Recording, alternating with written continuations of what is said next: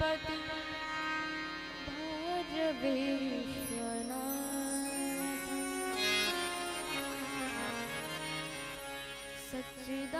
सच्चिदानंद रूपाय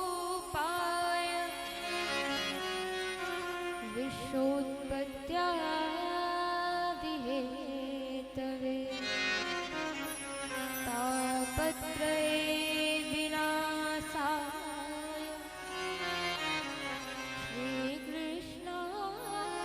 श्रीकृष्णाय नमो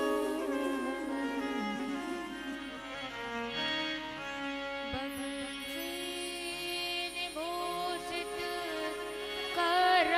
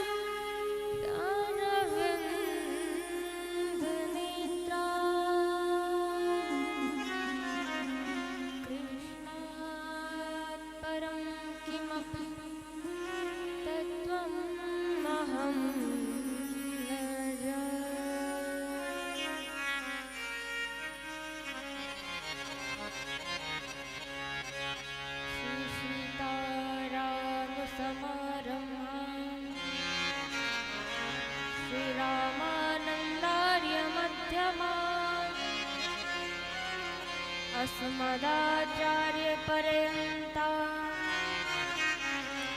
वन्दे श्री गुरु परम्परा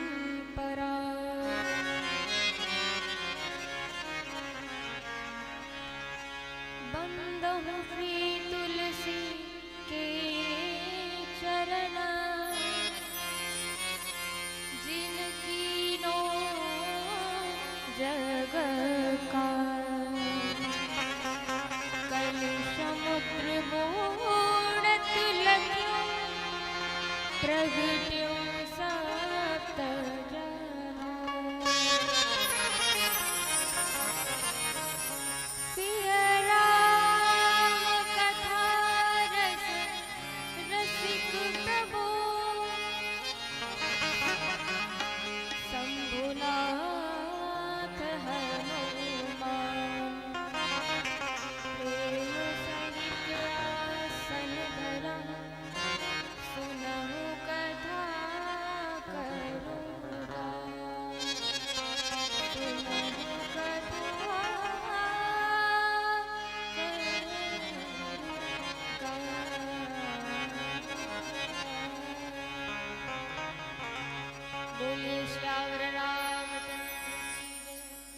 हनुमंतलाल जी महाराज की जय। आइए हम सभी कथा में प्रवेश करने से पूर्व अपने मन वाणी को पवित्र करने के लिए भगवान का पावन नाम गुणगान करें। श्री राम जय राम जय जय राम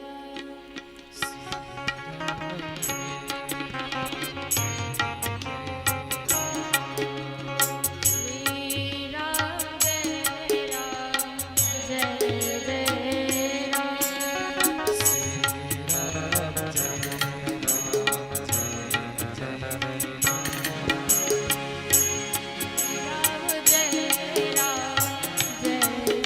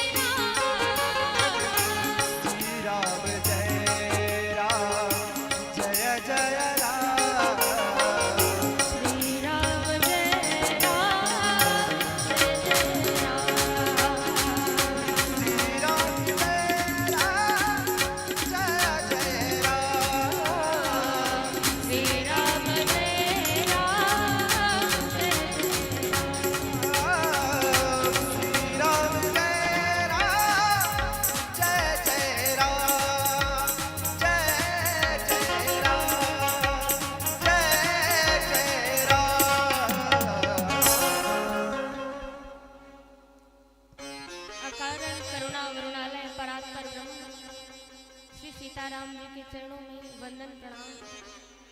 श्री राम कथा के श्रोता अंजनी नंदन के चरणों में कोटि कोटि दंडवत प्रणाम।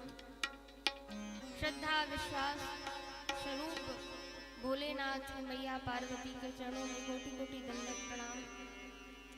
गोस्वामी तुलसीदास जी महाराज के चरणों में कोटि कोटि दंडवत प्रणाम। श्री सद्गुरुदेव भगवान के चरणों में कोटि कोटि दंडवत प्रणाम।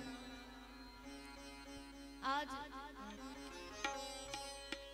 यहाँ पर उपस्थित माताएं, बहनें, दादाजी, बाल मंडली, विप्र मंडली, आप सभी के मनमानस में विराजमान मैं अपने सर्वेश्वर विशेश्वर भगवान को दंडवत प्रणाम करती हूँ। सिया राम मैं सब जग जानी, करम प्रणाम जोरि जोग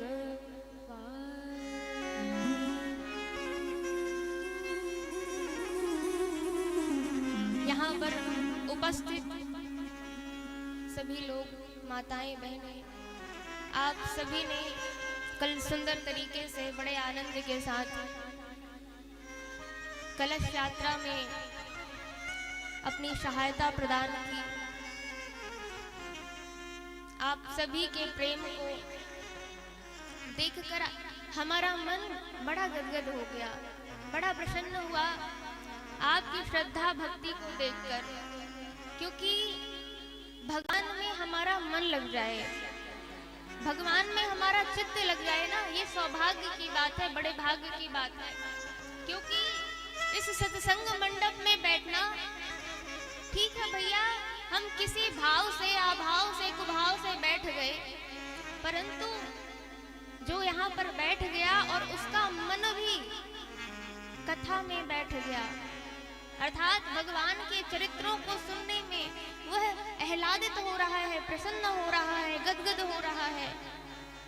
ऐसे भक्त पर भगवान की प्रत्यक्ष, क्योंकि जिसे जनता चुनती है ना, वह जाकर संसद में बैठता है, परंतु जिसे भगवान चुन लेते हैं वही जाकर इस सत्संग मंडप में बैठता है।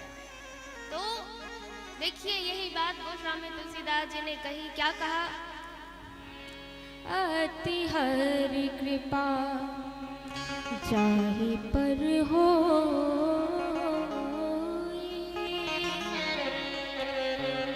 पाव देहि एहि मारग सोई, एहि मारग सोई।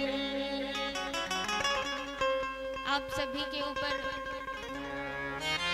हनुमान जी महाराज और बाबा भोलेनाथ की असीम अनुकंपा है। देखिए, बड़े सौभाग्य की बात है और मैं भी सौभाग्यशाली हूँ। शैला नगर, ये हनुमान जी का मंदिर, शिव जी का मंदिर, यहाँ पर स्वयं साक्षात श्री हनुमान जी महाराज कथा में विराजमान है, कथा श्रवण कर रहे हैं। और देखिए, सबसे महत्वपूर्ण बात तो यह है कि यहाँ शिव जी भी विराजमान है। आप सभी भी बड़े सौभाग्यशाली हैं कि इस दिव्य मंदिर प्रांगण में हम सभी लोग आज सभी ने श्रवण किया श्री राम कथा का महत्व। समय का अभाव कम था भैया। देखिए, अयोध्या से हम आए हैं आप सभी को राम कथा सुनाने के लिए, और आप सभी से मैं स्पष्ट कह दूं कि कथा देखिए 3 से 4 घंटे चलती है, तभी हम स्पष्ट रूप से अपने भावों को रख पाते हैं। नहीं तो 1 घंटे 2 घंटे में कैसे हो पाएगी राम कथा। आप लोग तो सुन ही रहे हैं, परंतु आप लोगों के साथ साथ हमारा YouTube चैनल चल रहा है, YouTube के माध्यम से बड़े बड़े संत सुन रहे हैं। इसलिए भैया, आप काम काज को, ठीक है, काम काज तो कहते हैं ग्रह कारज ना जंजाल, अति दुर्गम शैल विशाला। ग्रह के कार्यों से कभी छुट्टी मिलने वाली नहीं है। कभी मिलने वाली है माताओं? नहीं मिलने वाली ना। जब ऊपर जाएंगी, देखिए कितना अच्छा भाव, कितना बढ़िया भाव माता जी बता रही हैं। तो इसलिए जब तलक जीवन रहेगा, फुर्सत न होगी काम से, और कुछ समय ऐसा निकालो कि प्रेम कर लो राम से। कुछ समय ऐसा निकालो, प्रेम कर लो राम से। तो आप सभी 3 घंटे तक भगवान के पावन पुनीत चरित्र को यहाँ पर प्रेम से सुनिएगा। तो आइए, हम सभी ने कल राम कथा का महात्म्य सुना। कथा काशी 80 घाट में श्री गोस्वामी तुलसीदास जी महाराज गंगा मैया को सुना रहे थे। इसको शरणागति घाट कहा जाता है। सभी पर वंदना श्री किशोरी जी की और राम जी की। आइए हम सभी गुनगुनाते हुए अपने कथा क्रम की ओर प्रवेश करें।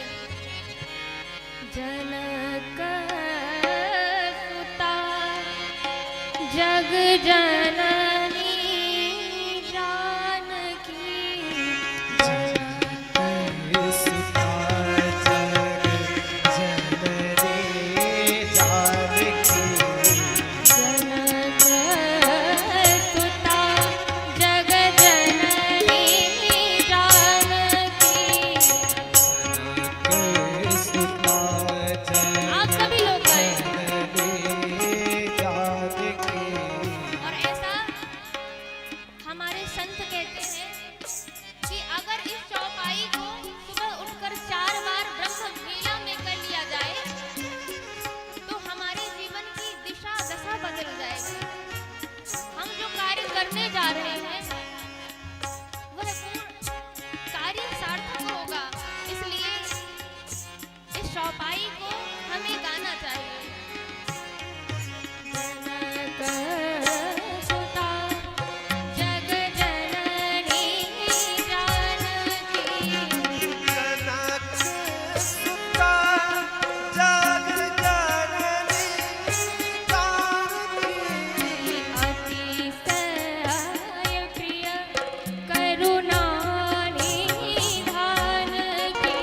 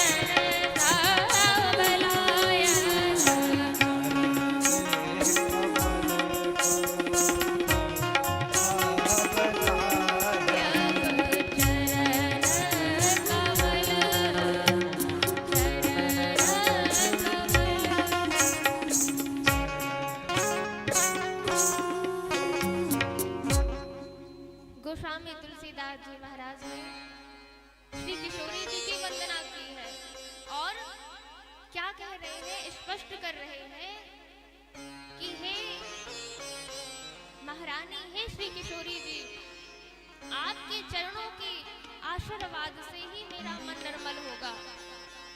तदुपरांत राम जी की वंदना करते हैं। इसके बाद राम नाम की बड़ी सुंदर महिमा बतलाई गई। और आइए गोस्वामी तुलसीदास जी महाराज अब परिचय कराते हैं श्री भरद्वाज जी महाराज से। तो काशी से उठकर कथा अब प्रयागराज में आती है। और कैसा परिचय कराते हैं आज गोस्वामी तुलसीदास जी। भरद्वाज मुनि बसहि प्रयागा। भरद्वाज मुनि बसहि प्रयागा।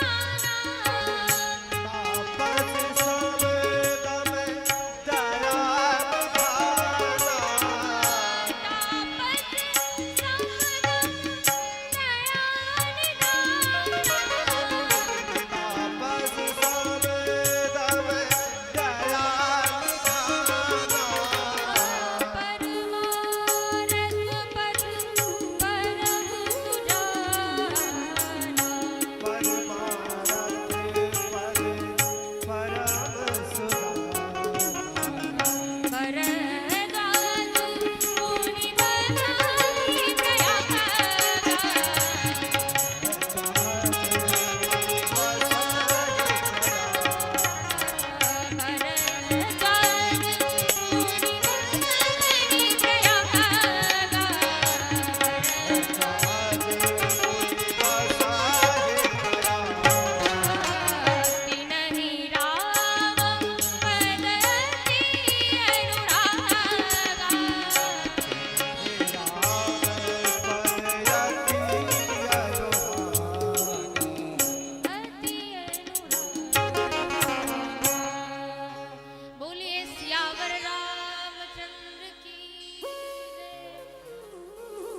अब गोस्वामी तुलसीदास जी महाराज परिचय कराते हैं भरद्वाज जी महाराज। देखिए कैसे परिचय कराते हैं कि भरद्वाज बसहि प्रयागा। भरद्वाज जी प्रयागराज में निवास करते हैं। और क्या परिचय दिया? तिन्हि राम पद अति अनुरागा, जिनका मन भगवान में अनुरक्त है, ऐसे भरद्वाज जी महाराज। और क्या कहा? तापस समदम दया निधाना। तापस समदम दया निधाना, जिनका मन भगवान में लगा हुआ है, जो परमार्थ पथ के प्रदर्शक हैं, ऐसे भरद्वाज जी महाराज। देखिए माघ के महीने में जब सूर्य भगवान मकर राशि में प्रवेश करते हैं, और आप सभी भी कितने सौभाग्यशाली हैं कि इस माघ के महीने में आपको मानस से सुनने को मिल रही है, श्रवण करने को मिल रही है। ये माघ का कितना महत्व है, विशेष महत्व बताया गया है। वाल्मीकि रामायण में तो ऐसा वर्णन आया है कि एक सुमति नाम के राजा हुए, वो नित्य निरंतर रामायण जी का पाठ करते थे, मानस जी का पाठ करते थे। एक दिन वहां पर विभांडक मुनि आए और चरण पखार कीन अति पूजा।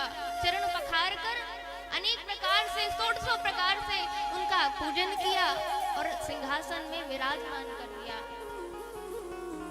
परंतु ऐसा राजा का नेह देखकर विभांडक मुनि ने कहा, राजन, आपका जो स्नेह है, आपकी जो सहजता है, उसको देखकर मुझे अत्यंत प्रसन्नता है, परंतु मुझे एक बात समझ में नहीं आई है। तो यहाँ पर सुमति नाम के राजा ने पूछा कि हे गुरुदेव, आपको क्या बात समझ में नहीं आई? तो विभांडक मुनि कहते हैं कि देखो राजन, अनेक पुराण हैं, शास्त्र हैं, है ना? तो इन शास्त्रों में आपकी जो प्रीति है, पर कहीं ज्यादा आपकी प्रीति मानस जी में है, श्री रामचरितमानस में है। ऐसा क्या कारण है कि आप और आपकी पत्नी श्री रामचरितमानस को नित्य ब्रह्म वेला में उठकर पाठ करते हैं? आप सभी, आप दोनों, आपका प्रेम इतना देखकर मेरे मन में प्रश्न उठ गया कि ऐसा क्या कारण है कि आप लोग की इतनी निष्ठा है इस राम जी में, इस मानस जी में आप लोगों की इतनी निष्ठा है, ऐसा क्या कारण है? तब सुमति नाम के राजा ने कहा कि हे मुनि, जो मैं पूर्व जन्म में एक मालती नाम का शूद्र था, और मैं इतना अत्याचारी था कि नित्य निरंतर मैं लोगों के अहित करने में ही संलग्न रहता था। मैंने कभी अच्छा काम नहीं किया। तो एक बार भूखा प्यासा दैववश मैं वशिष्ठ जी की कुटिया के पास पहुंच गया, और वहीं पर जलाशय था, उसी के किनारे में वहां रहने लगा। और संयोगवश एक निषाद कुल की कन्या वहां से गुजरी। वो भी बेचारी बड़ी प्यासी थी, भूखी थी। तो हमने आपस में वार्तालाप किया। मैंने पूछा कि तुम कौन हो, कहां से आई हो? तो उसने परिचय दिया कि मैं निषाद कुल की कन्या हूँ। मैंने अपने पति की हत्या कर दी, इसलिए मैं वन वन दर बदर भटक रही हूँ, भूख प्यास से व्याकुल हूँ। और हम दोनों वशिष्ठ जी के आश्रम के समक्ष ही रहने लगे। और माघ महीना आया। माघ महीने में क्या देखा महाराज कि वहाँ जो वशिष्ठ जी का आश्रम है, वहाँ पे अनेक प्रकार के संत आते जाते हैं, संतों की मंडली आती है। हमने विचार किया कि ऐसा क्यों, ये संत क्यों बार बार आश्रम में आते हैं? तो वहाँ जाकर देखा हमने, तो क्या देखा कि माघ का महीना था, और माघ के महीने में नित्य रामचरितमानस का पाठ सुनाया करते थे महंत जी। सभी संत बड़े प्रेम से, बड़े आदर के साथ, बड़ी प्रसन्नता के साथ रामायण का पाठ सुनते थे। और हम दोनों भी जाकर, जो पाठ चल रहा था, जो कथा चल रही थी, हम भी जाकर श्रवण करने लगे। हम लोग वहां भाव से नहीं बैठे थे, बस प्रमाद से ही कथा सुनी। परंतु हुआ क्या, हमने जब कथा पूर्ण हुई तो हमारे प्राणों का अंत हो गया। और भगवान की, मानस जी की ऐसी कृपा हुई कि हमने प्राणों को त्याग किया। उस कथा के फल स्वरूप हमने अनेक ना जाने कितने फल भोगे हैं। स्वर्ग में रहे हम, फिर हम राजा बन गए। ये सब क्या है? ये सब केवल और केवल रामायण जी में निष्ठा होने के कारण, भगवान में प्रेम होने के कारण आज हमारा इतना वैभव है। तो भैया सोचो कि सुमति नाम के राजा ने तो केवल प्रमादवश कुभाव से कथा सुनी थी, पर वह राजा बन गया, यश वैभव कीर्ति संपन्न हो गया। तो सोचिए, हम भाव से सुन लेंगे, विपाशा पूर्ण इस कथा को सुन लेंगे, तो हमारे घर में आनंद ही आनंद होगा, और यश कीर्ति की तो बात ही क्या। इसलिए मानस जी को भगवान के गुणानुवाद को प्रेम सहित सुनना चाहिए। गोस्वामी तुलसीदास जी महाराज ने बड़ा सुंदर परिचय कराया और कहा कि माघ मकर गत रवि जब होई तीरथ पति आव सब कोई। माघ के महीने में प्रयागराज में कुंभ का मेला लगता है। वहाँ अनेक प्रकार के संत आते हैं और बड़े बड़े संत आते हैं, भगवान के रघुनाथ की कथा करते हैं, चरित्र गाते हैं, संकीर्तन करते हैं, झूमते हैं, नाचते हैं। और जैसे ही महीना पूर्ण हुआ तो संत अपने अपने आश्रम को चले गए। वहां पर याज्ञवल्क्य जी थे। याज्ञवल्क्य जी को देखा भरद्वाज जी ने तो क्या किया, जाग बलिक मुनि परम विवेकी और भरद्वाज राखे पद टेकी। भरद्वाज जी ने दंडवत प्रणाम किया है और याज्ञवल्क्य जी महाराज को अपने आश्रम में लेकर आए और 1600 प्रकार से महाराज पूजा किया, आसन में विराजमान किया। तदोपरांत याज्ञवल्क्य जी ने पूछा, भरद्वाज जी क्या कारण है कि आपने मुझे यहाँ पर रोक लिया है? तो भरद्वाज जी ने कहा कि गुरुदेव, मैं जो मेरे मन में संदेह है, जो मेरे मन में प्रश्न है, वो मुझे कहते हुए लाज आ रही है, लज्जा आ रही है कि आप कहेंगे कि मैं तो वाल्मीकि जी का शिष्य हूँ और ऐसे छोटी सी बात कर रहा हूँ, परंतु आज मैं लज्जाहीन होकर रहूंगा तो मेरे मन में संदेह बना का बना रहेगा। इसलिए महामुनि, मैं पूछना चाहता हूँ कि राम कवन पूछहु प्रभु तो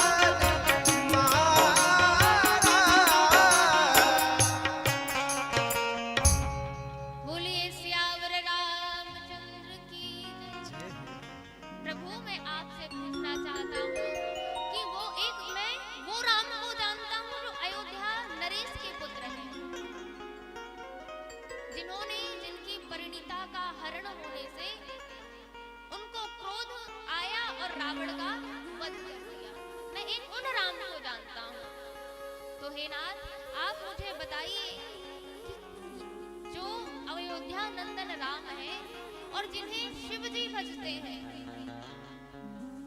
और जिन्हें काकभूषण जी भजते हैं, तो बताइए वह कौन राम है। बड़ी सुंदर बात पूछी। देखिए, आज ना भरद्वाज जी महाराज को कथा सुननी है। अब यहाँ आप सभी से मैं पूछूं कि राम कौन है, तो आप सभी जानते हैं कि राम कौन है। आप सभी जानती हैं भैया कि राम कौन है। आप लोग भी सभी जानते हैं कि राम जी कौन है। और भरद्वाज जी तो वाल्मीकि जी के शिष्य थे, तो क्या वो नहीं जानते थे कि राम जी कौन है। पर देखिए, कथा को सुनना है, वह पिपासा पूर्ण बातें रखते हैं कि राम कवन पूछो मुनि तो ही। तो वाल्मीकि जी यहाँ पर याज्ञवल्क्य जी महाराज मुस्कुराने लगे और क्या कहा, कहते हैं कि भरद्वाज जी, आपने जो सवाल किया है, आपने जो प्रश्न किया है, मैं जानता हूँ कि आपको कोई संदेह नहीं है। क्यों? क्योंकि आप मुझसे गूढ़ रहस्य पूछना चाहते हैं, भगवान की गूढ़ कथा का श्रवण करना चाहते हैं। प्रभु, आप हे भरद्वाज जी, इसलिए आप ऐसे प्रश्नों को पूछ रहे हैं। तो भरद्वाज जी, मैं आपको किस समास विधि से या व्यास विधि से, किस विधि से समझाऊं कि राम कौन है। तो भरद्वाज जी ने कहा, हे नाथ, जैसे मेरा यह संशय दूर हो जाए, आप उस तरीके की कथा सुनाइए। क्या कहा, जैसे मिटे मोर भ्रम भारी, कहूं सो कथा नाथ विस्तारी। कहा कि आप विस्तृत रूप से कथा सुनाइए। याज्ञवल्क्य जी मुस्कुराने लगे और कहते हैं, याज्ञवल्क्य बोले मुस्काई, और तुम ही विदित रघुपति प्रभुताई। हे भरद्वाज जी, आप जानते हो कि राम ब्रह्म है, परंतु आप तो केवल और केवल मुझसे कथा सुनने के लिए यह प्रश्न रख रहे हैं। तो अब याज्ञवल्क्य जी कहते हैं कि भरद्वाज जी, ये राम कथा कैसी है। राम कथा सुंदर करतारी, और संशय विहंग उड़ावन हारी। ये राम कथा कैसी है, हमारे संदेह रूपी विहंग अर्थात पक्षी को उड़ाने वाली है ये राम कथा। ये जब राम कथा की ताली बजती है, तो हमारे मन में जो संशय उठते रहते हैं, तो वह संशय समाप्त हो जाते हैं। तो भरद्वाज जी से कहते हैं याज्ञवल्क्य जी कि जिस प्रकार का तुम संशय कर रहे हो भरद्वाज जी, इसी प्रकार का, ठीक ऐसे ही एक बार माता सती ने ऐसा ही संशय किया। तो गोस्वामी तुलसीदास जी कैसे श्रवण कराते हैं, कैसे परिचय देते हैं, कैसा वर्णन करते हैं, आइए हम सभी सुनते हैं, श्रवण करते हैं। एक बार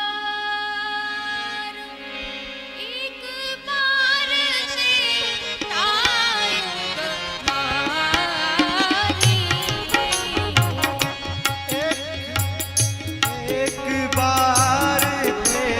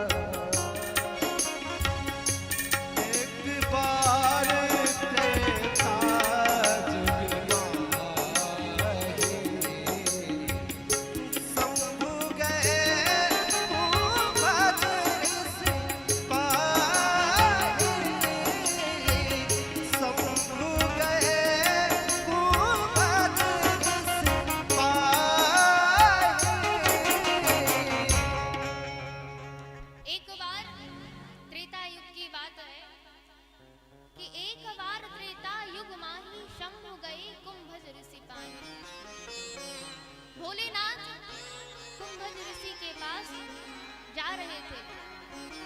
जब मां सती ने देखा कि शिव कहीं जा रहे हैं तो पूछा, भगवान आप कहाँ जा रहे हैं? तो शिव जी ने कहा, मैं कुंभज ऋषि की आश्रम कथा श्रवण के लिए जा रहा हूँ। मैया ने कहा सती ने कि प्रभु मेरा भी मन है कि मैं आपके संग जाऊं और कथा का श्रवण करूं। अब भोलेनाथ के साथ संग सती जग जननी भवानी पूजे ऋषि अखिलेश्वर जान। देखिए कितनी सुंदर उपमा से अलंकृत कर रहे हैं गोस्वामी तुलसीदास जी महाराज। कहते हैं संग सती,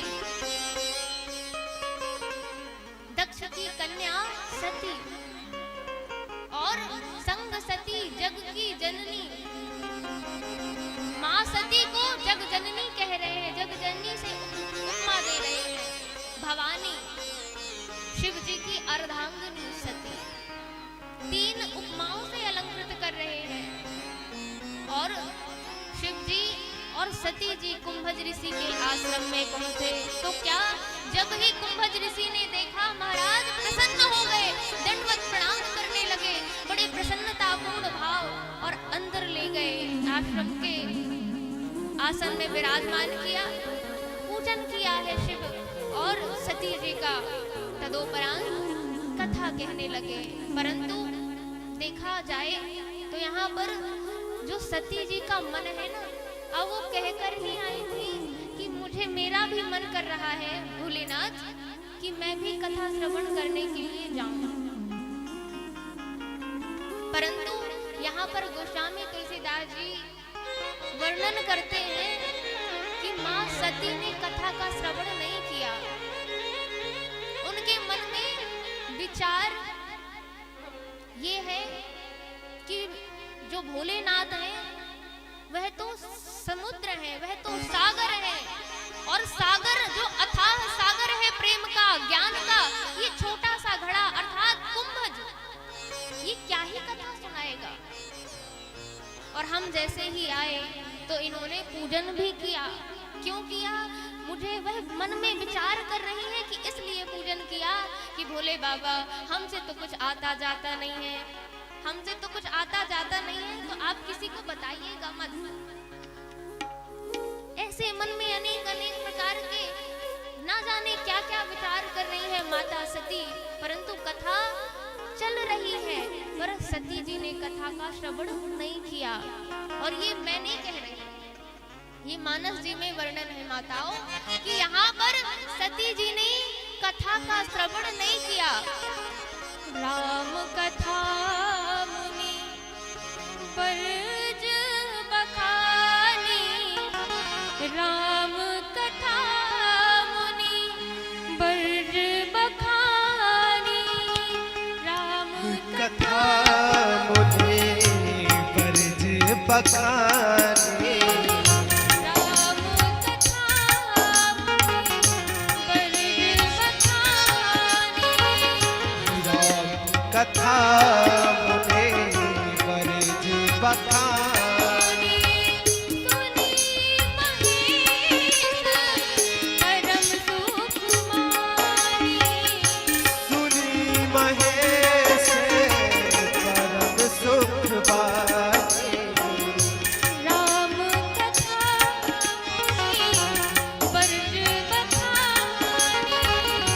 राम कथा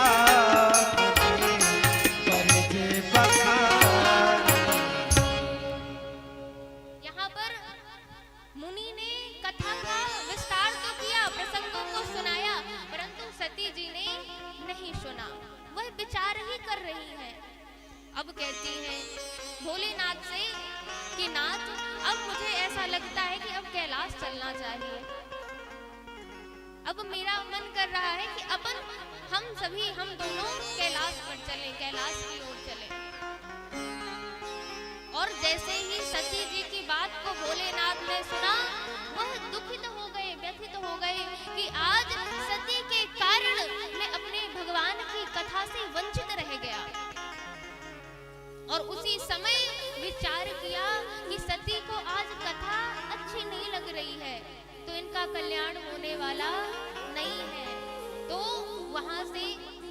शिव जी ने प्रणाम किया और मुनि से विदा मांगा। मुनि सन विदा मांगे त्रिपुरारी और चले भवन संग दक्ष कुमार। अब माता सती भोलेनाथ के साथ जा रही है, तो अब गोस्वामी तुलसीदास जी ने देखिए क्या कह दिया।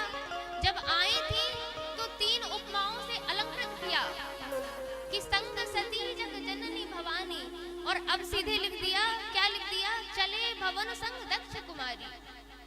ये दक्ष की बेटी जा रही है, ऐसा क्यों?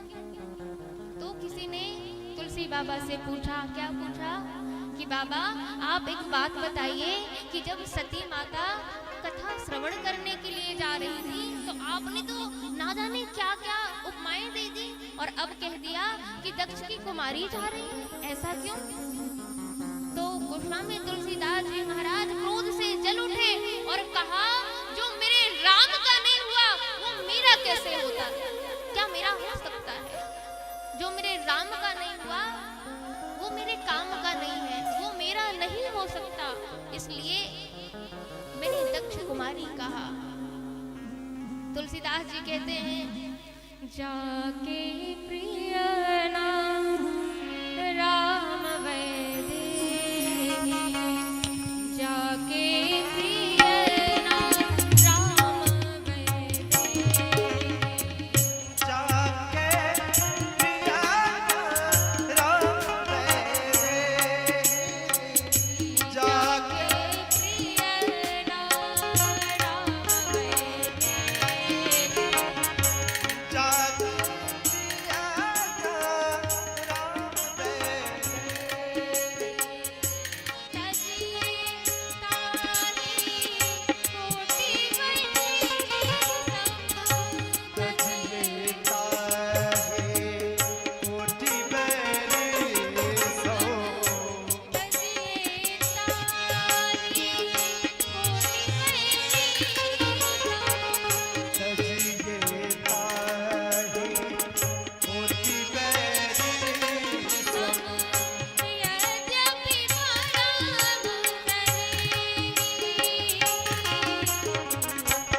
जाके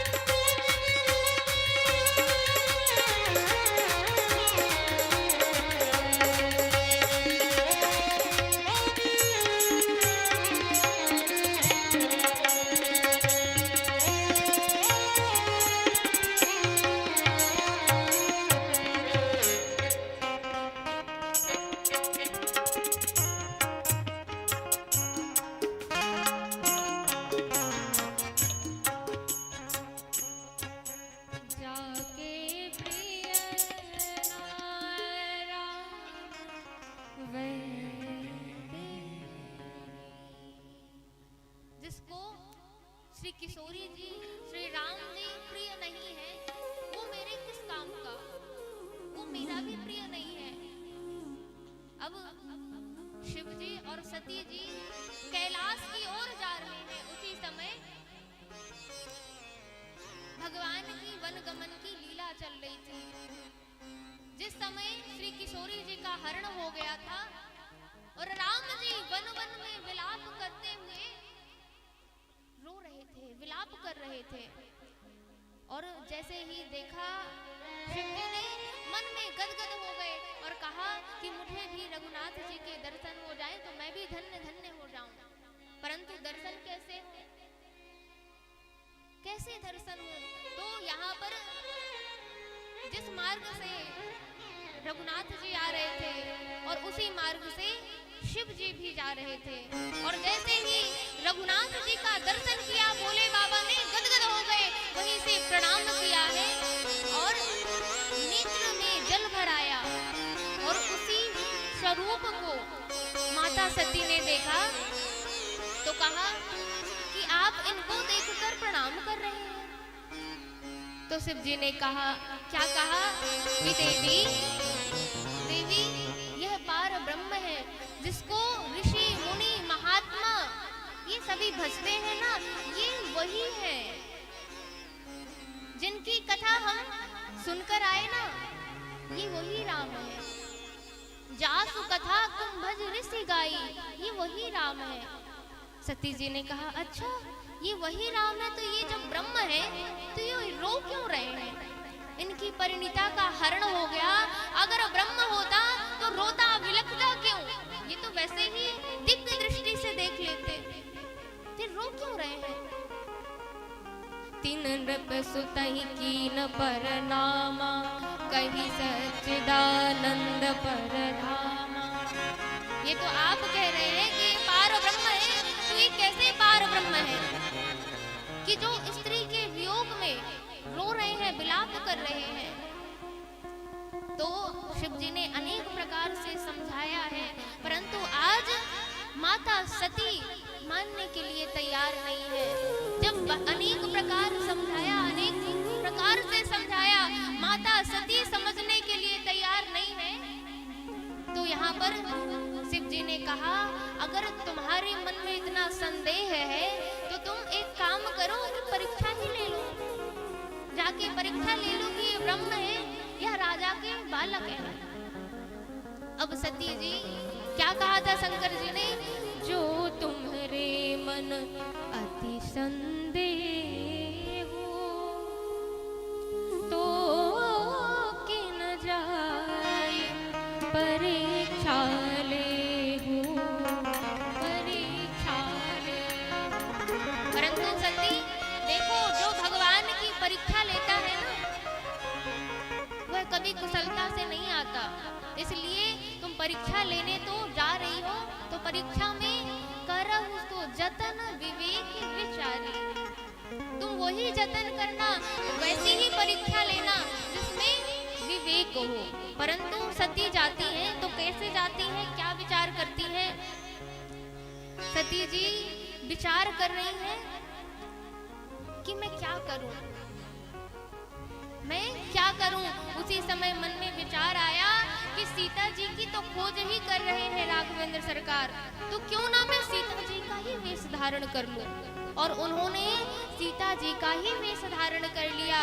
पुनि पुनि हृदय विचार करी, धरि सीता कर रूप, आगे होई चली पंथ तेहि, जेहि आवत न रघु। जिस पंथ से, जिस मार्ग से राम जी आ रहे थे, उसी मार्ग से श्री किशोरी जी का वेश धरकर सती जी आगे आगे चलने लगी। तो यहाँ पर लखनलाल जी की दृष्टि पड़ी कि सीता जी, पर सीता जी को कैसे देखा? लक्ष्मण दीख उमाकृत वेसा। लखनलाल जी ने देखा।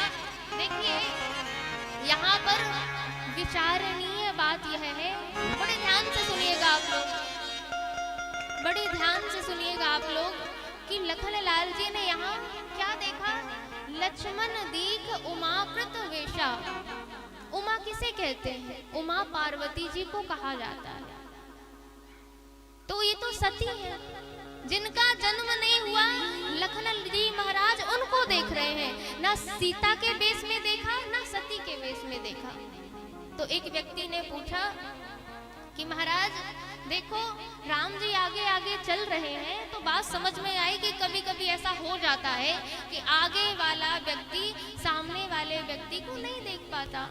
ठीक है, ये बात समझ आती है, परंतु ये बात समझ नहीं आई, लखनलाल जी ना सीता जी के वेश में देखा, ना सती जी के वेश में देखा। उन्होंने क्या देखा? लक्ष्मण दीख उमाकृत वेशा।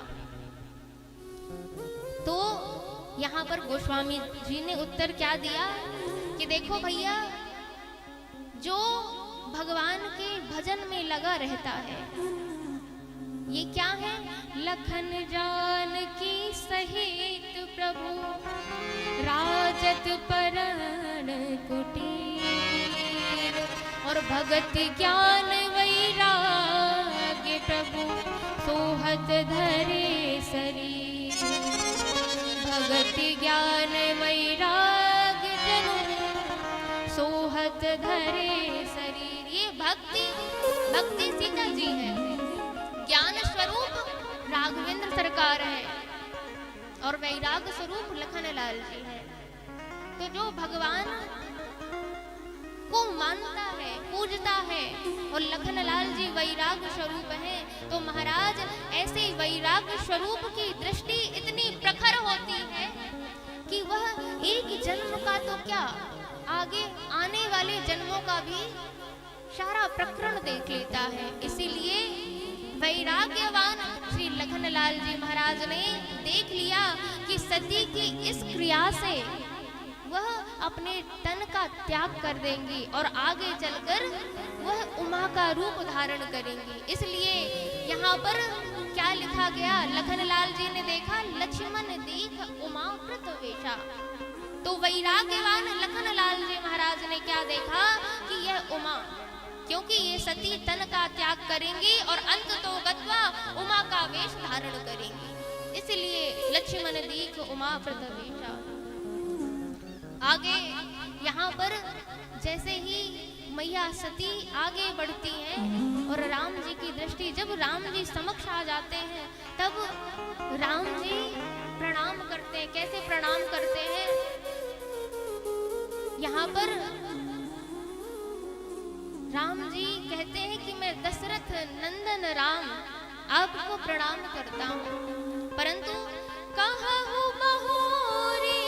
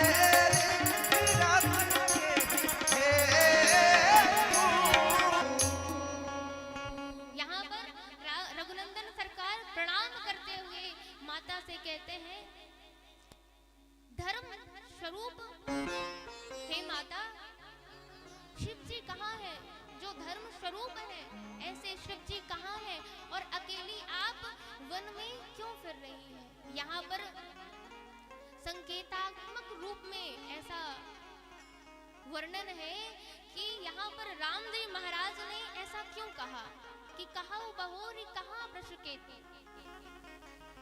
यहाँ से संकेत देखिए, कथा तो चलते चलते महाराज ना जाने क्या क्या हमें संदेश देती है, क्योंकि जो धर्म स्वरूपा नारी होती है, धर्म परायण नारी होती है ना, वह अपने पति के संरक्षण में ही रहती है, पति के साथ ही चलती है, वह अकेली नहीं फिरती। देखिए, जब कन्या होती है तो पिता और भाई के सन्निधि में रहती है, और फिर युवा हुई तो पति के सन्निधि में रहती है, और फिर जब वृद्धा अवस्था हो गई तो बच्चे देख रेख करते हैं। अब यहाँ पर सवाल यह उठता है कि आज की माताओं बहनों को आजादी चाहिए कि भाई आजाद रहना चाहते हैं, तो मैयाओं और मेरी छोटी छोटी बहनों, मैं आप लोगों से यह कहना चाहती हूँ कि आजादी तो चाहिए, परंतु देखिए गोस्वामी तुलसीदास मानस में बड़ी सुंदर रचना करते हैं। क्या कहते हैं? ढोल गवार शूद्र पशु नारी सकल ताड़ना है अधिकारी। यह जो चौपाई है बड़ी विवादास्पद चौपाई है। यहाँ पे नारी के विषय में लिखा है सकल ताड़ना के अधिकारी, कि नारी को ताड़ना चाहिए, पीटना चाहिए। नहीं भैया, ऐसा नहीं है। ताड़ने का अर्थात देखना होता है, निगरानी रखना होता है। ऐसे समझिए,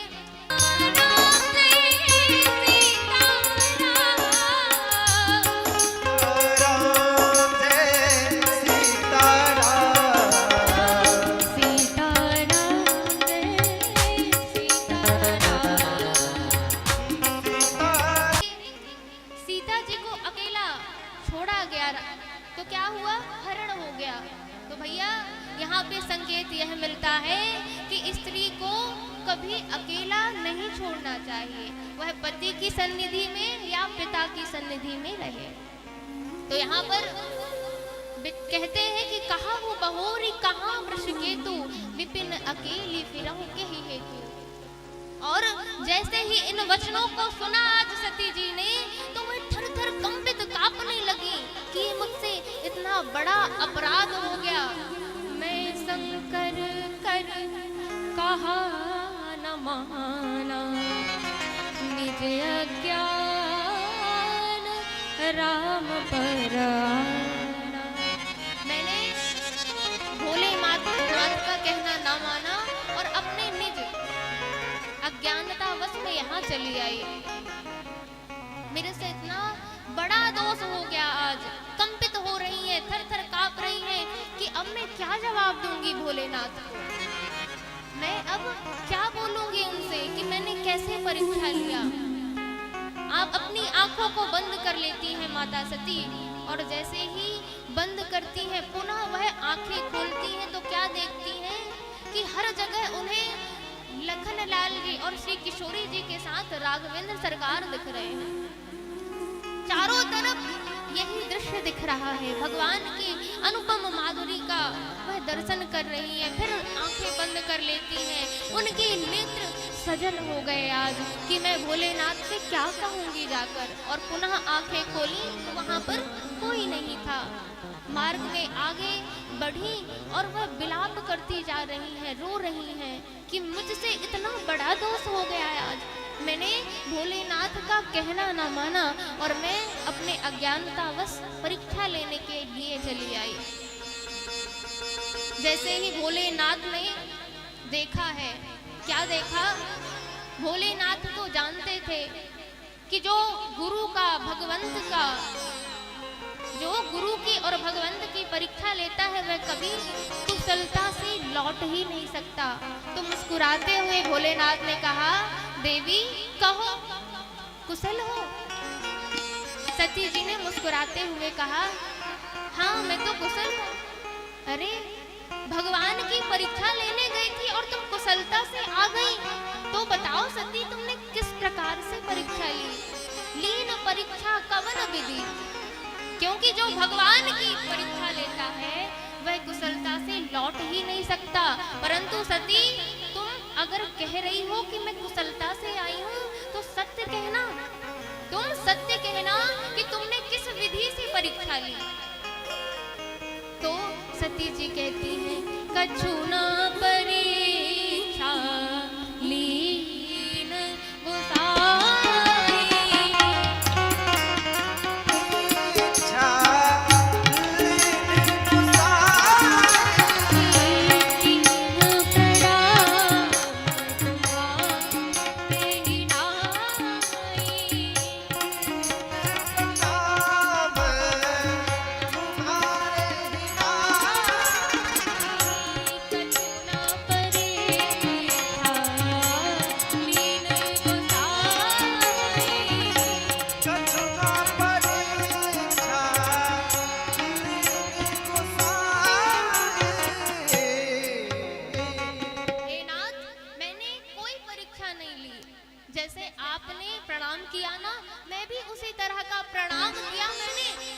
वहां से आ गई।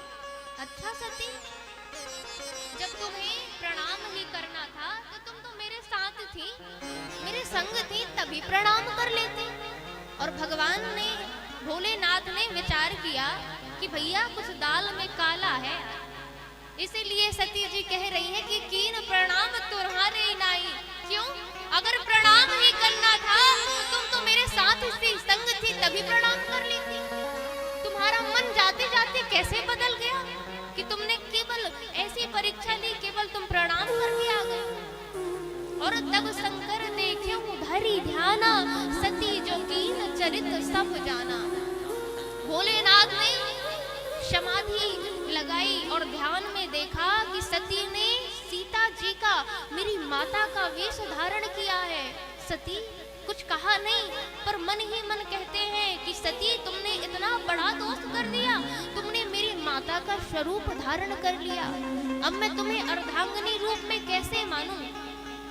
इसलिए वह विचार करते हैं कि एही तन सती ही भेंट मोहि नाही, शिव संकल्प लीन मन माही।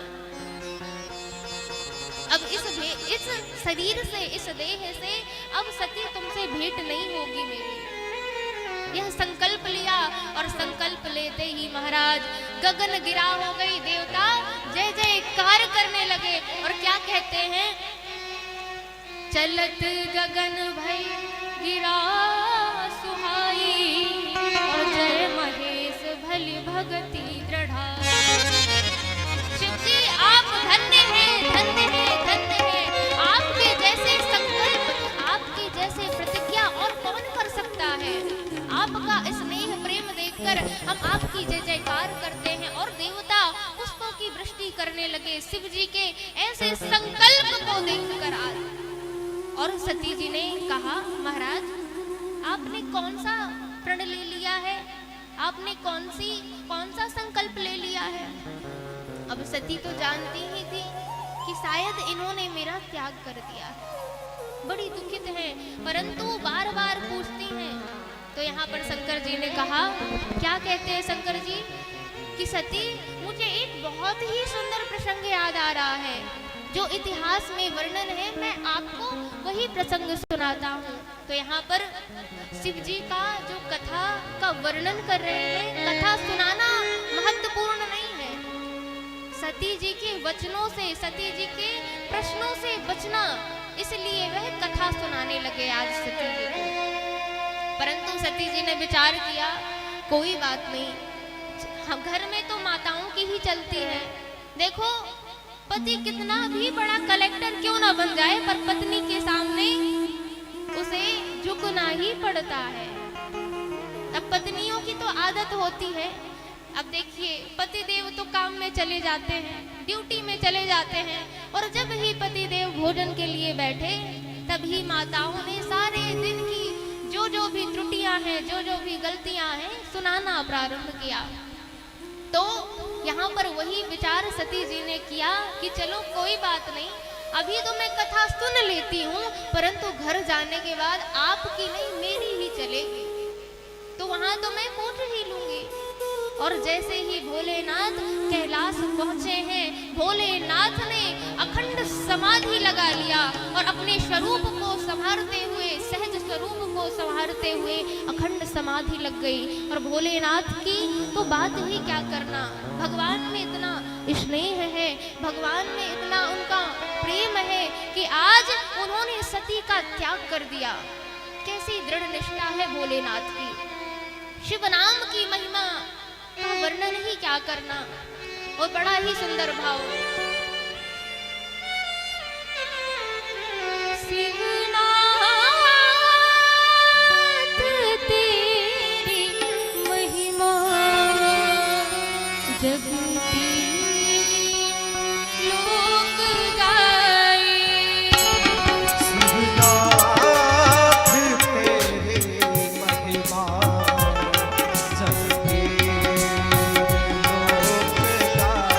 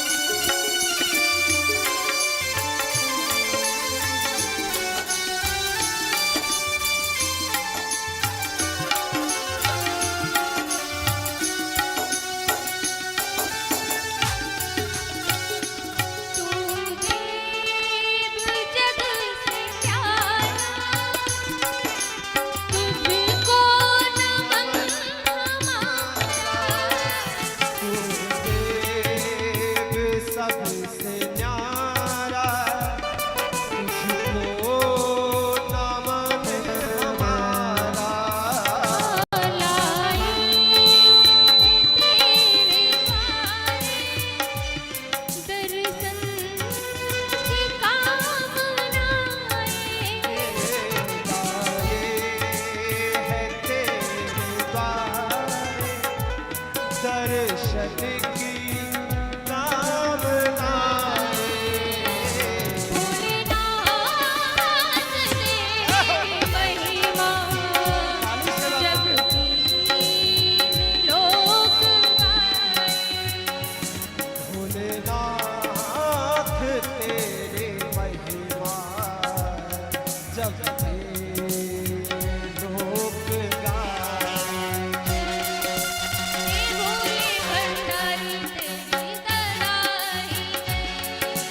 हे भोले भंडारी तेरी सदा ही जय।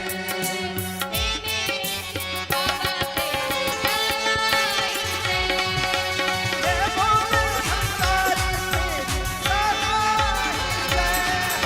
हे भोले भंडारी तेरी सदा ही जय हो, सदा ही जय हो, सदा ही जय हो, सदा ही जय हो।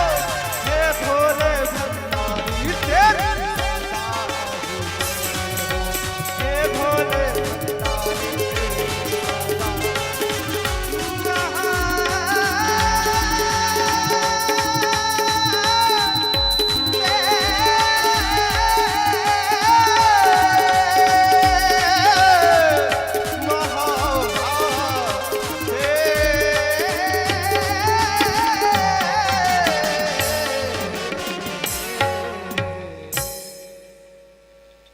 देखिए, कुछ समय बाद ही हमारे समक्ष दिव्य ही भोलेनाथ और मैया पार्वती की झांकी उपस्थित होगी। आप सभी धैर्य पूर्वक अब कुछ क्षणों का, कुछ विशेष पलों का इंतजार कीजिए। तब तक आप शांति बनाए रखें और शांति से बैठिए और कथा का श्रवण लाभ लीजिए। तो लागी समाधि अखंड अपारा, समाधि लग गई भोलेनाथ की और मैया विचार कर रही है सती कि आज मेरे अपराध से भोलेनाथ ने मुझे त्याग दिया है। यह विचार करती हैं। उसी समय भोलेनाथ समाधि से जागृत हुए और भगवान का नाम गुणगान करने लगे, कीर्तन करने लगे। उसी समय सती जी जान गई कि भोलेनाथ समाधि से उठ गए हैं, जाग गए हैं। तो क्या देखा कि भोलेनाथ कीर्तन कर रहे हैं। भोलेनाथ ने सन्मुख ही आसन दे दिया और सती जी बैठ गई, कथा सुनने लगी। उसी अवसर पर दक्ष जी प्रजानायक बने थे और कहते हैं कि प्रभुता पाही, जिसको प्रभुता मिल जाती है उसको अहंकार आ ही जाता है। तो दक्ष को भी अभिमान आ गया था और दक्ष को अभिमान आया। जब वह प्रजा का नायक बना तो एक बैठक हुई और बैठक में क्या हुआ कि सभी देवता आए, ब्रह्मा विष्णु महेश सभी लोग थे। तो प्रजापति नायक दक्ष देखते हैं कि सभी लोग खड़े होकर मेरा आतिथ्य कर रहे हैं, परंतु ब्रह्मा विष्णु महेश ये नहीं खड़े हुए। चलो, ब्रह्मा जी को विचार किया कि कोई बात नहीं, ये तो संसार की रचना करते हैं, यह प्रणाम नहीं करते, यह सत्कार खड़े होकर नहीं किया। चलो कोई बात नहीं, यह तो पितामह है। विष्णु जी ने भी प्रणाम नहीं किया, खड़े नहीं हुए। तो उन्होंने क्या सोचा दक्ष ने कि कोई बात नहीं, यह सारे विश्व का भरण पोषण करते हैं तो नहीं खड़े हुए तो कोई बात नहीं, पर ये मैंने इसको, ये तो मेरा दामाद है ना शिव, इसको तो मैंने इस मरकट को अपनी मृगलोचनी कन्या प्रदान की है, परंतु ये नहीं खड़ा हुआ और ना जाने कितने दुर्वचन कहे। सती जी से सारा वृत्तांत बताया है। और सुर सुंदरी करे नाचते गाते हुए कैलाश पर्वत से आज आकाश की ओर से विमान उड़ उड़ कर जा रहे हैं। सती जी ने कहा कि बाबा नाथ, क्या मैं अपने पिताजी के यहाँ चली जाऊं यज्ञ की रचना में? भोलेनाथ ने कहा कि देवी, जहाँ पर निमंत्रण देखो कि मित्र के यहाँ, भगवान के यहाँ अगर बुलावा निमंत्रण ना आए तो बिना बुलाए चले जाना चाहिए। यद्यपि परंतु आपके पिताजी मुझसे विरोध मानते हैं, इसलिए कहाँ गए कल्याण न हुई, वहां जाने से आपका कल्याण नहीं होगा। अनेक प्रकार से भोलेनाथ समझा रहे हैं, परंतु आज सती समझने के लिए तैयार नहीं है और कहती है बाबा, हे नाथ, आप मुझे तो जाने दीजिए। देखिए, दामाद और ससुर का विरोध है, मैं तो उनकी कन्या हूँ ना, मेरा विरोध तो नहीं है। भाई आपकी लड़ाई है, आपका बैर है तो आप जानो, मेरा तो बैर नहीं है, मुझे जाने दीजिए। परंतु सती को बार बार समझाने पर जब नहीं मानी तो वह कुछ मुख्य गणों को संग साथ देकर और सती जी को विदा कर दिया। और शंकर जी समझ गए यहाँ कि आज आखिरी बार ही मैं सती को विदा कर रहा हूँ।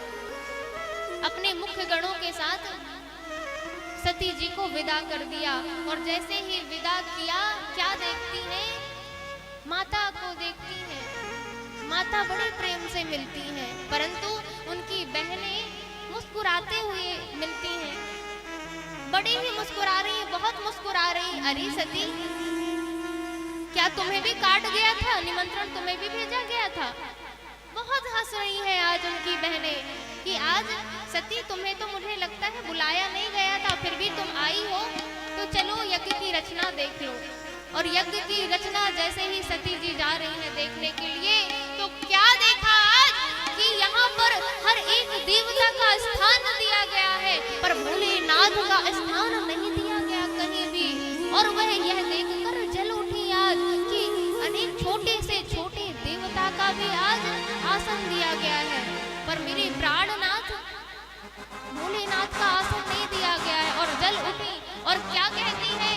कही सुनी जिन शंकर निंदा, जिसने भी मेरे पति भोलेनाथ की अवहेलना की है, निंदा की है, सो फल तुरंत लाभ सब काहू। और ये पिता, ये मंद बुद्धि पिता, ये शिव जी का अपराध किया, इसने अपराध किया शिव जी का। मैं इन्हीं के शुक्र से जन्म लिया है मैंने, तो मैं अपने परम परमेश्वर भोलेनाथ को हृदय में याद करते हुए अपने शरीर को त्याग दे रही हूँ। और उसी समय माता सती ने अपने बाएं पैर के अंगूष्ठ से अपने आप को भस्मीभूत कर लिया। रुद्रगण जाकर हाहाकार मच गया। रुद्रगणों ने जाकर बताया भोलेनाथ से कि बाबा, माता सती ने अपने देह को त्याग कर दिया है। भोलेनाथ आज ऐसे लाल धधक उठे, लाल लाल नेत्र हो गए और अपनी जटाओं को उखाड़ा है और धरती में फेंका है। उसी समय वीरभद्र प्रकट हो गया। सरकार, कहिए क्या काम है, मुझे बताइए कि मैं क्या काम करूं आपका। उसी समय वीरभद्र को बताया कि उस धर्म यज्ञ में जाकर यज्ञ को विध्वंस कर दो। वीरभद्र गए और उसी समय महाराज जिसने जैसा कार्य किया था उसको वैसा फल दिया और दक्ष की धड़ को उखाड़ कर यज्ञ भूमि में यज्ञ में आहुति दे दिया। यज्ञ में आहुति दिया। यज्ञाचार्य ने अनेक प्रकार से समझाया है और शिव जी के पास देवता गए हैं, स्तुति करने लगे। जटाटवी गलत जल प्रवाह भुजंग तुंग मालिकम डमट डमट डमट डमन निनाद डमर्वयम चकार चक्र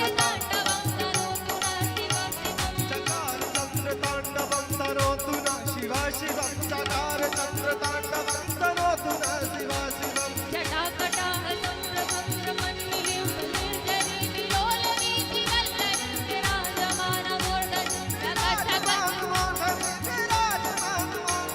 जगत जगत जगत जलल्लला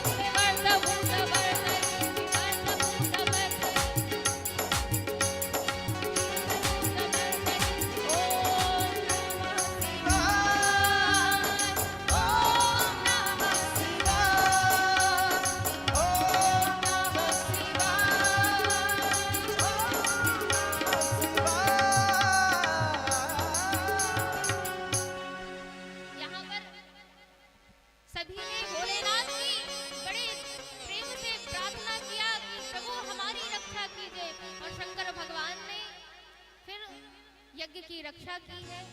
तदोपरांत यहाँ पर सुंदर वही सती पार्वती के रूप में आज हिमांचल नगर में प्रकट हुई और कौतुक से ही नारद जी महाराज आए। देखिए, जहाँ श्रद्धा और विश्वास से उद्भूत ये शैलराज क्या है, पावन पर्वत वेद पुराना। ये पर्वत राज हिमांचल की पुत्री आज पार्वती के रूप में प्रकट हो गई है और पार्वती जी ने ऐसी तपस्या की है, ऐसी तपस्या की है कि गगन गिरा हुई कि अस तप का हुना कीन भवानी और भय अनेक धीर मुनि जाए। हे पुत्री, ऐसा तप अनेक मुनि ज्ञानी हुए पर तुम्हारे जैसा तप किसी ने आज तक नहीं किया। तो आप जाइए, इस हट को छोड़कर पिताजी के घर जाइए। आप जैसा मनोरथ कर रही हैं वैसा ही होगा। और इधर यहाँ पर बड़ी सुंदर शिव जी सती जी के देह त्याग के बाद शिव जी की क्या गति हुई वह वर्णन करते हैं। जब ते सती जाय तनु त्यागा तब ते शिव मन भया विरागा। राम जी ने शिव जी से वरदान मांगा है। क्या मांगा है? कहते हैं कि भोलेनाथ, अब विनती मम सुनहु शिव, जो मो पर निज ने जाय विवाह शैल जही, यह मोहि मांगे दे। और सुंदर महाराज यहाँ पर सप्त ऋषि जाते हैं और प्रेम परीक्षा लेते हैं। तदोपरांत शिव जी की समाधि लग गई। शिव जी की समाधि लगी तो कामदेव शिव जी की समाधि भंग करने के लिए गए और शिव जी ने तीसरा नेत्र खोला और काग जलकर भस्म हो गया। तदोपरांत यहाँ देवता स्तुति करते हैं। क्या स्तुति करते हैं? कि नाथ, हम आपका विवाह देखना चाहते हैं। और हे नाथ, और शिव जी की ऐसी स्तुति करी है। हे नटराजन नमो नमो नमो नमो नमो नमो।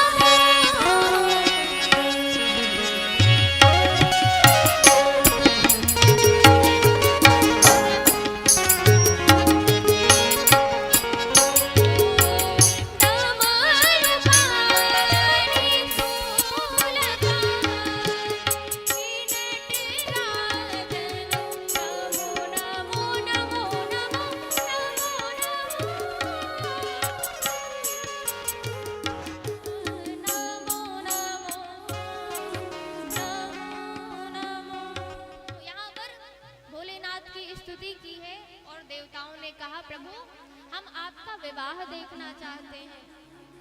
हे नाथ, आप कृपा करिए और हम सभी को आप वरदान दीजिए और आप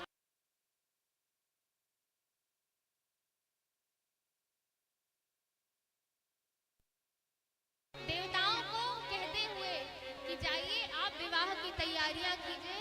तो सारे देवता इंद्रदेव अपने ऐरावत हाथी को सजाने लगे, कुबेर अपने पुष्पक में लड़ियां लगाने लगे और यमराज अपने भैंसे को धो धो कर नहला नहला कर रगड़ रगड़ कर विचार कर रहे हैं कि ये ऐरावत हाथी तो सफेद है तो मेरा भैंसा भी सफेद हो जाए। सभी अप्सराएं गान करने लगी, लगे सवारन सकल सुर वाहन विविध विधान, वाहन विविध विमान, होई मगुन सुंदर सुबद करहिय बचरागा, होई सगुन सुंदर सुबद करहिय बचरागा। बड़े सुंदर तरीके से सजाया है। आज आप सभी भी भगवान भोलेनाथ को कैसे सजा रहे हैं, आइए हम सभी उन चौपाइयों को गुनगुनाते हैं। शिव ही शंभुगन करहि सिंगारा, शिव शंभुगन करहि सिंगारा, शिव ही शंभुगन करहि सिंगारा,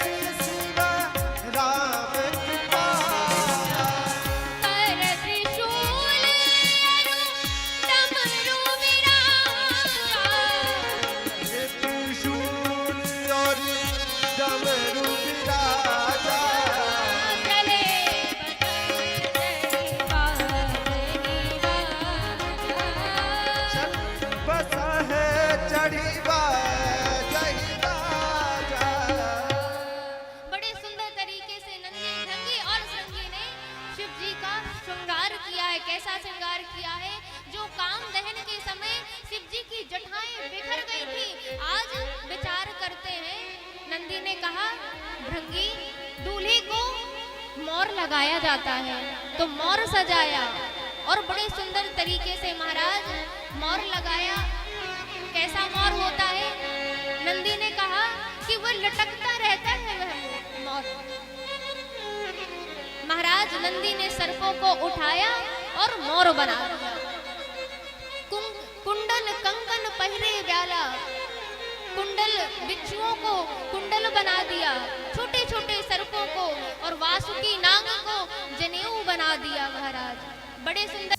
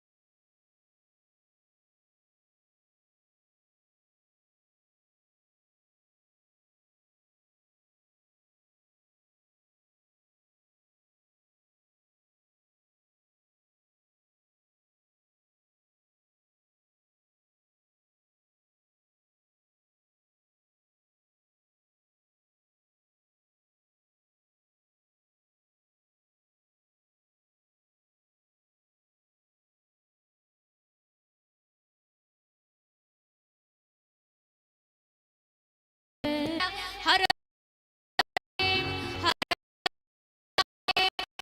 हर महादेव। जैसे कि हर हर महादेव की आवाज सुनी तो अनुशासन सुनी सब आए। जय शिव शंकर जय भोला, प्रभु शिव शंकर जय भोला। अदन कीन को अधिकीन, पावन को अपावन गति नर भूषण करा।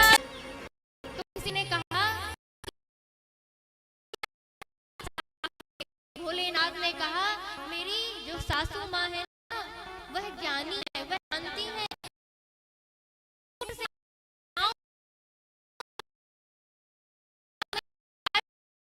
मैं उनको छोटे से पात्र से क्या रख दूं।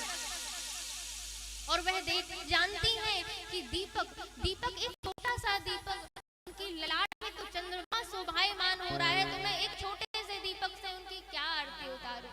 और इस प्रकार मैना जी थाली फेंक कर पटक कर चली गई और रोने लगी। क्या कहती है कि मैं पहाड़ से लेकर अपनी पुत्री को कूद जाऊंगी और शिव से, इस भयंकर स्वरूप वाले से मैं शादी नहीं करूंगी, विवाह नहीं करूंगी। सभी ने समझाया कि नारद जी महाराज ने कहा कि ये आपकी पुत्री बस नहीं है, ये तो जगदम्बा है, ये तो जगत जननी है। और समझाने के बाद महाराज सभी ने दिव्य नगर को सजाया है और दिव्य नगर सजाकर ऐसी गौरी गणेश महेश को मनाकर और बड़ा ही सुंदर भव्य दिव्य उत्सव मनाया है। एहो गौरा पार्वती, वहां की गौरी वह कहती है एहो गौरा पार्वती तेरा दूल्हा जग से न्यारा है। एहो गौरा पार्वती दूल्हा सबसे न्यारा है। एहो गौरा पार्वती तेरा दूल्हा है। तेरा दूल्हा सबसे न्यारा है। जग से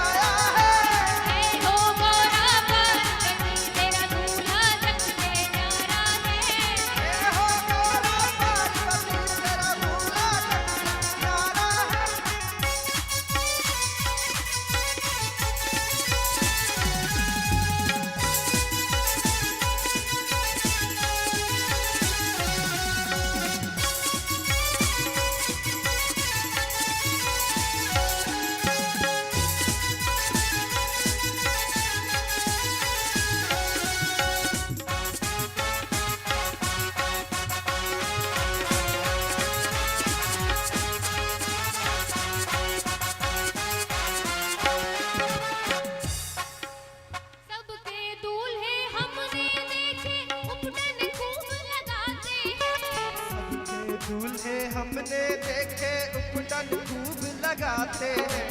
सबके दूल्हे हमने देखे उटन खूब लगाते हैं। सबके दूल्हे हमने देखे उटन खूब लगाते पर हैं। हे सखी, ये तुम्हारा दूल्हा कैसा है? पर तेरा दूल्हा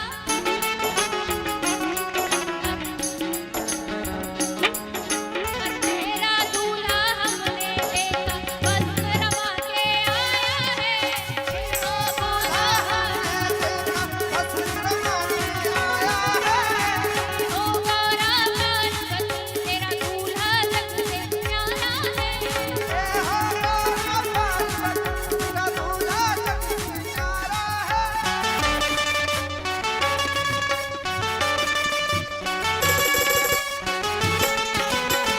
जय हो।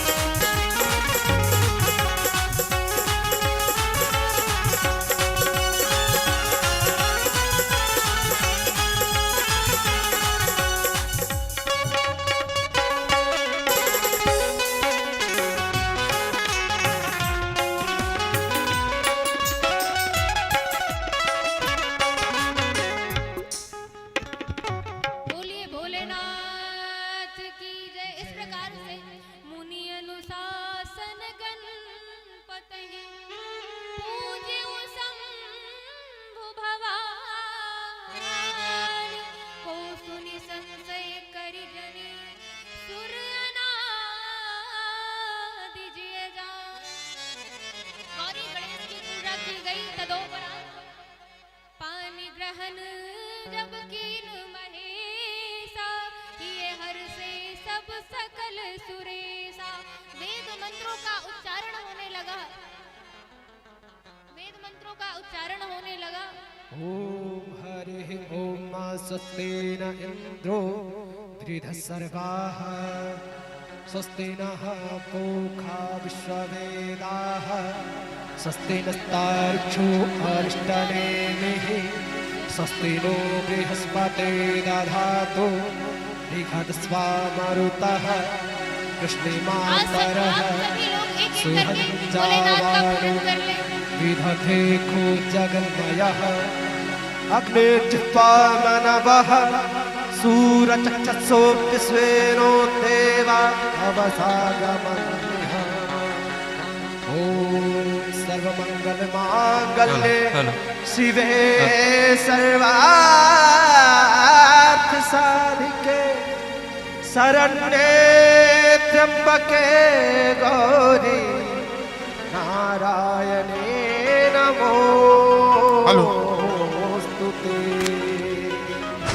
हरि ओम स्वस्ति नः इंद्रो वृद्धः स्वस्ति नः पूषा विश्ववेदाः स्वस्ति नस्तार्क्ष्यो अरिष्टनेमिः नो बृहस्पतिर्दधातु प्रचदश्व मरुतः वृष्णिमातरः शुभं यावानो विदधे सुजग्मयः अग्निजिह्वा मनवः सूर्यचक्षुषो विष्णो देवः अवसमानीय भद्रं कर्णेभिः शृणुयां देवः भद्रं पच्चभिर्जातरः स्त्रेरङ्गषष्ठूनभिर्देमहि देवहितं यदायु शतमिन्न शरदो यान्ति देवः न स चक्रः जरशान्तनूनां पुत्रासो यत् पितरो भवन्ति मानो मध्यारिरिसतयुर्गान्तोः दा शान्तिरान्तरिक्षं शान्ति पृथिवीः शान्तिरापः शान्तिरोगदयः शान्तिर्ब्रह्मा शान्ति शान्तिर्भवतु। हरिः ओम्। सभी लोग हरि ओम पवित्रो पवित्रो वा सर्वस्थान गतो पिवा या स्मृत पुंडरीकाक्षां सर्वाभ्यांतरा शुचि हरि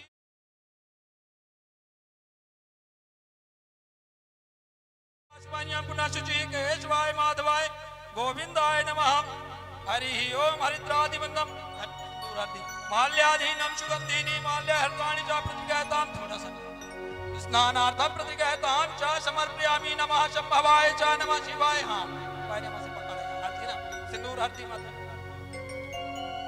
हरिद्रादिवंदनं प्रतिगतां च सनो हरिः सिंदूरं चोभनं प्रतिगतां च नमः शंभवाय च समर्पयामि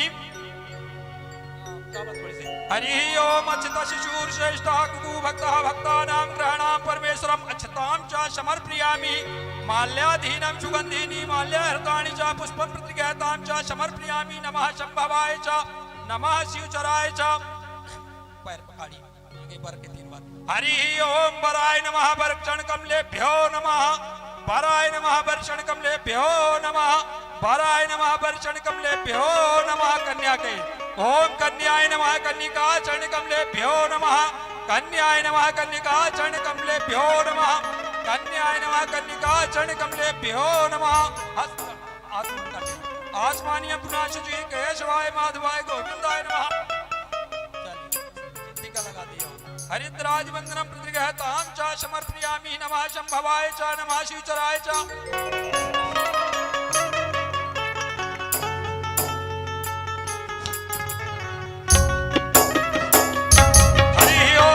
विष्णु नमः दोत नमः परमात्मा द्वितीय प्रत्यय शिवसे द्वारे कल्पे वैव चंद्रे अष्टादि कलिवे काली चणे प्रथम चणे जम्बूदीपे भारत खंडे आर्यान्तर देशांतर प्रदेश ध्यानम चपश्रे माषाणां मासोत्ते माघमासे शुभेते कृष्ण पक्षे चतुर्दशीयां शनिवासरे कामंगल्यं मंगल ममकाय वाचिक भौतिक जय कालवाणी वार्ताय आज श्री वर कन्या पत्र समयस्य यथा शक्ति दक्षिणा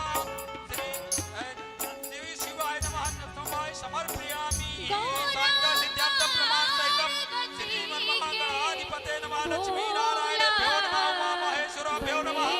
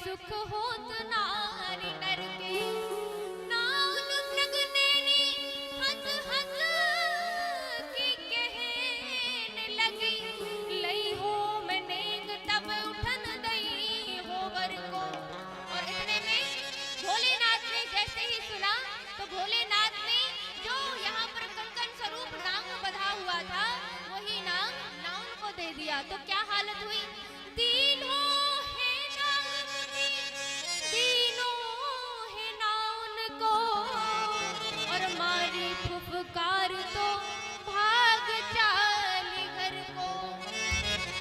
मंडप में बैठे सब देव हंस हंस कहने लगे अरे खाली न जाओ नेग लिए जाओ बर को, खाली न जाओ नेग लिए जाओ बर को, खाली न नेग लिए जाओ बर को, खाली न जाओ नेग लिए जाओ बस को खाई न जाने के लिए बस को न जाओ नेग लिए जाओ बर को, खाली न जाओ।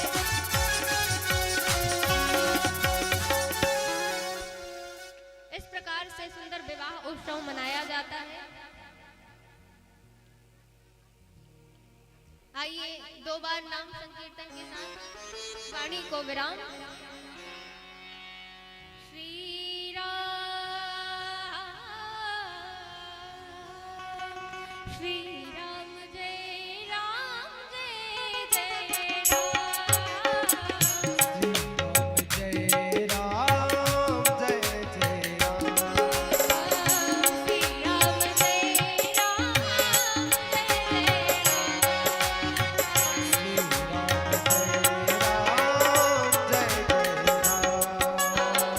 श्री राम जय राम जय जय राम। श्री राम जय राम जय जय राम। श्री राम जय राम जय जय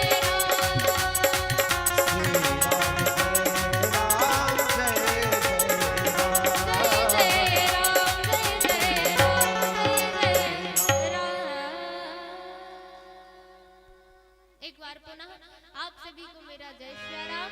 कल पुनः प्रभु के नाम संकीर्तन के साथ हमारी आपकी भेंट होगी। आइए आरती की ओर, हेलो हेलो आरती की ओर अग्रसर हुए। हेलो सभी श्रद्धालु जन जो सरला नगर बस्ती के पधारे हुए हैं, माताएं बहनें भाई बंधु, सभी से प्रार्थना है कि कल का जो कार्यक्रम होगा प्रभु राम का जन्म होगा उसमें आप अधिक से अधिक लड्डू बना करके छठी का कार्यक्रम होता है ना, वो सब कार्यक्रम कल उत्साह पूर्वक मनाना है। सोना चांदी गहना बिल्कुल जो लुटा सकते हैं लुटाइए, प्रभु की कृपा है सबके ऊपर है और सब सक्षम है, कोई दिक्कत नहीं है।